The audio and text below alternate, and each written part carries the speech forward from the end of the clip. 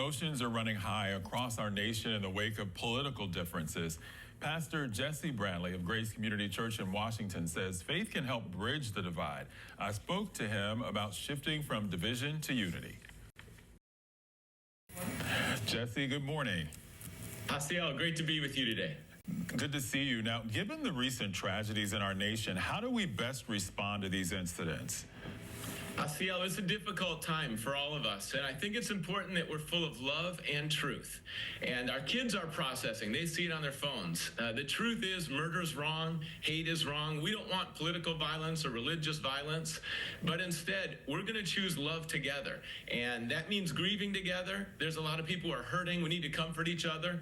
And then also, let's step up. Let's serve one another. We just had, back to school giveaways, health clinics, and this is all free medical care, and then drive-through prayer. People are coming in. Why? Because we need connection, and we're looking to come together as community, and then also we're receiving hope from heaven as well.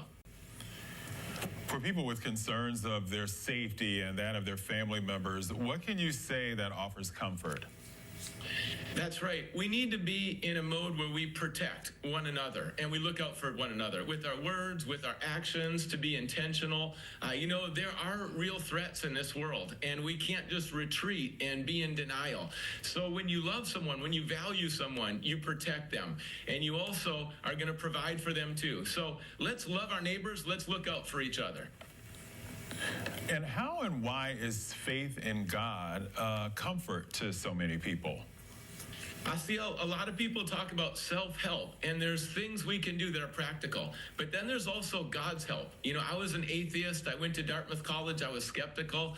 But then I learned that, Jesus is the Prince of Peace. And there's a source greater than our own strength even.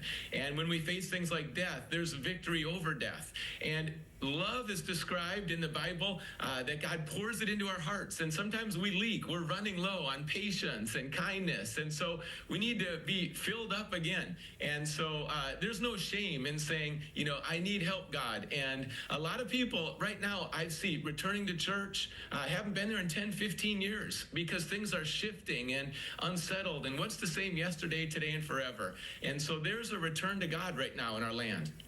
You also say forgiveness is a good thing. How does that help people? Asiel, when we need healing in our land and also healing in our families, it's going to come through forgiveness. Now, forgiveness doesn't mean what the other person did is okay. It doesn't mean that you're just going to be best friends or even that there's a full trust because the other person might not be safe.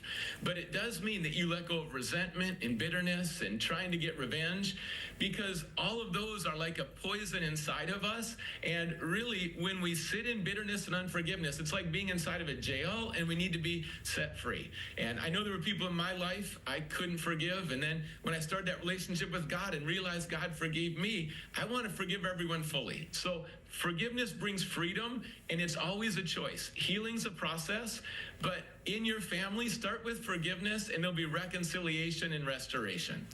And how can we find hope in difficult times? Sometimes we need to change our ways and also find where there is hope. So it could start with hope-filled thoughts, like this too shall pass that's difficult. The best is yet to come. Find some people who are filled with hope. It could be reading a book that's full of hope. I like to read the Bible 3 chapters in the morning. That changes my day. Go to places that are full of hope as well. Someone at church this week waited to the end and said, I want to start a relationship with God.